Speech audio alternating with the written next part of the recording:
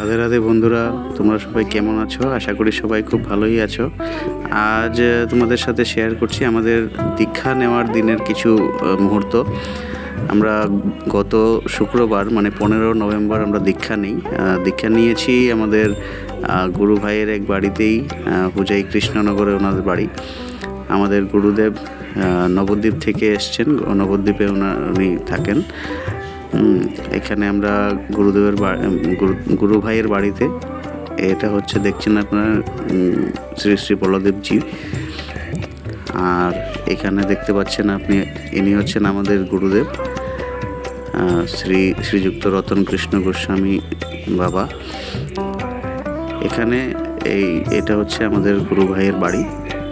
এটা এন্ট্রান্স, এখান থেকে ঢুকে এদিকে ভেতরে দেখতে পাচ্ছেন আপনারা। এখানে ভেতরে ভোগের আয়োজন হচ্ছে, এখানে ভোগ হবে, ভোগ তৈরি হচ্ছে। এখানে অনেকে গুরু ভাইয়েরা মিলে ভোগ তৈরি করছেন।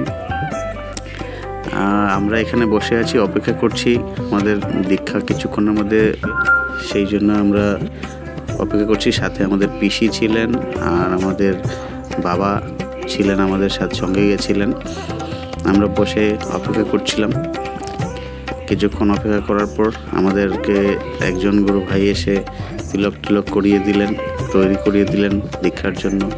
এরপর আমরা ওই গুরু ভাইয়ের বাড়ির ভেতরে যেখানে দীক্ষা হবে আর কি, সেখানে আমরা গিয়ে বসি। সেদিন আমাদের সাথে আরও কিছু লোকও ছিল যারা দীক্ষা সেদিন নিয়েছেন।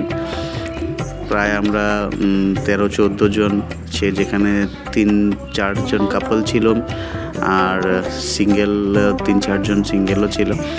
টোটাল মিলে আমরা 13-14 জন। তারপর দীক্ষা হওয়ার পরে এখানে আমরা গুরুদেবের চরণে একটা ছবি নিই, তারপর ঘরে এসে এটা আমাদের ছবি। তো এই ছিল আমাদের দীক্ষা দিবসের দিনের কিছু মুহূর্তের কথা। আশা করি আপনাদের ভালো লাগবে। ভিডিওটা হলে লাইক শেয়ার করবেন আর সাথে থাকবেন। ধন্যবাদ।